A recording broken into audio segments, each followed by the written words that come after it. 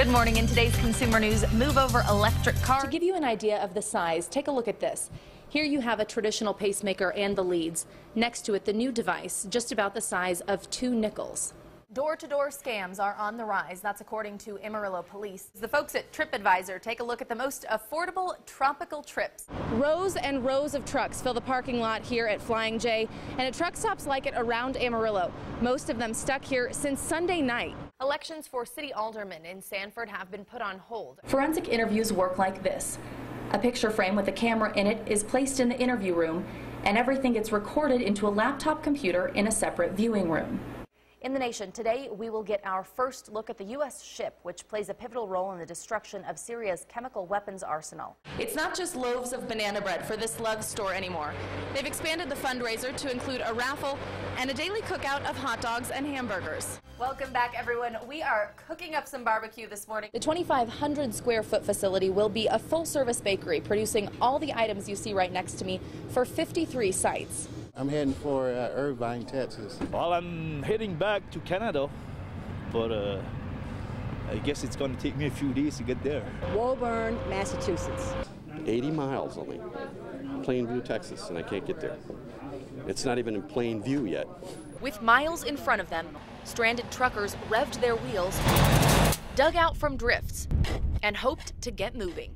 Can't go nowhere until the roads get open going east, and my company lifts their shutdown policy too. Rows and rows of trucks fill the parking lot here at Flying J, and at truck stops like it around Amarillo. Most of them stuck here since Sunday night. Many people were feeling the pressure of a paycheck. I'm feeling a lot of frustration. I've got a high dollar load that has to go out. I don't want to spoil the whole truckload of cheese I got. Not anger as anxiety, really, because you can't make the load and you don't get paid sitting here. And whether you're a seasoned veteran, I run him this way for years and years, or a first-timer, I just started this job. This is my first assignment. this record-breaking blizzard was far from expected. You figure Texas Panhandle, it's not much, can't be that bad. Yeah, it is bad. It was a day full of digging, in hopes of getting to that next stop, this time with a little less snow. In Amarillo, Alexandra Stone, KAMR, NBC4 News. Clip in, hold on, and get ready to zip. That's one of those things you need to experience for yourself. And people from all over are lining up to do just that. The new zip line sends visitors on a ride more than 400 feet above the canyon floor, with a 20-mile view of Palo Duro in all its glory. The zip line opened less than a week ago, but they've already had rave reviews, private events, and plenty of visitors. You know, at first I was excited, but I think it was just way worth it. I felt like Peter Pan back there, and just so free and excited. It was amazing. It was awesome. It was spectacular. Beautiful view. Weather was gorgeous today. It was really an experience. The experience starts with a harness and a helmet. Then you take a ride down to the zip line, walk up a suspension bridge, and get ready to fly. If you're worried at all, don't be. Smith says the ride features cables approved for up to 2,600 pounds and harnesses that you can hang a car off of. It's an attraction he's proud to run here in the Panhandle. I was traveling across the country, and I noticed a lot of this kind of activity popping up. And when you come up to the edge of the canyon, like so many people have done, and you think, wonder what it would feel like to fly over that. That's kind of the experience that you're going to get. An experience you can only get in West Texas, flying over Palo Duro Canyon.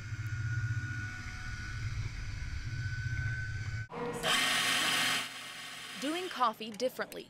That's what Palace Coffee Company is all about. We are trying to bring a new aspect of coffee into the West Texas Panhandle area where we really focus on the craft and the art of it. But we just wanted to kind of change the dynamic of it and make it more of a, you come in and you get to know us and we get to know you. Palace Coffee Company has only been around for about 2 years, but now Burns and 2 members of his team will head to Chicago in June to compete for the title of Best Coffee House in America. They've made it through several rounds, submitting a video, online voting, a secret shopper, and now the team will show off their skills running bar service for an hour at the big competition.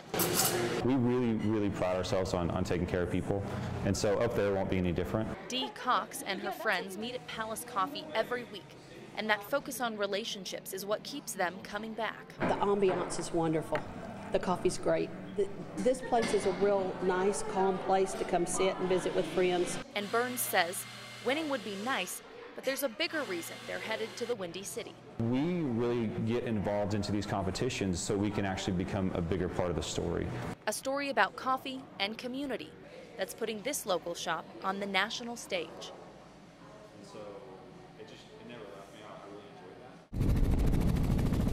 The hunt is on for hogs in the Panhandle. We fly around and we shoot pigs out of the helicopter.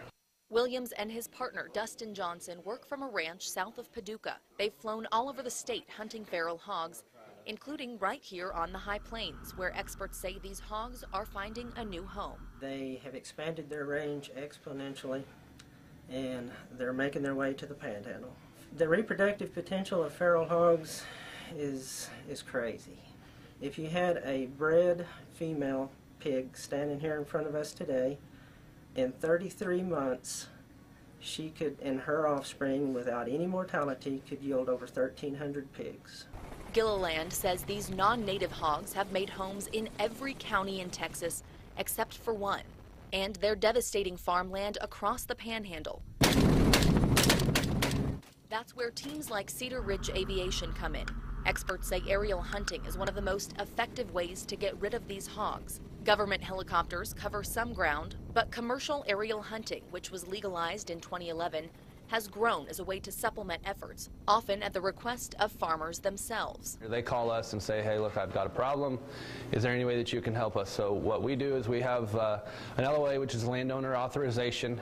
They sign that, and that gives us legal permission to be able to fly over their land and be able to shoot the pigs off of their property. These guys go out at sunrise. They'll spend about 3 hours out and shoot anywhere between 10 to 200 hogs. And they've got plenty of people willing to pay to hunt. Yeah, you're good. Visitors come to fly and shoot from all over the country. It's the only place I know you can fly and shoot out of a helicopter. You can't even shoot out of a truck most places, let alone a helicopter. Legally. But it's not all fun and games. It's estimated these huge hogs do $52 million in damage per year in Texas. This is about the worst I've ever seen. And almost this whole field's rooted up. I mean, they didn't get all the wheat seed, but they did a lot of damage. On top of all those dollars in damage, the hogs also carry disease. One of the major goals is to keep feral swine away from domestic swine because of a couple of diseases, but they can also potentially carry about 30 other diseases that can affect humans. It's $1 million problem that's growing. It seems like we've arrived at a critical point. I don't have a whole lot good to say about them. I understand they're fun to hunt, but in the big picture, we're better off trying to get rid of them. And that's what teams around the state are trying to do. In Amarillo, Alexandra Stone, KCIT Fox 14 News at 9.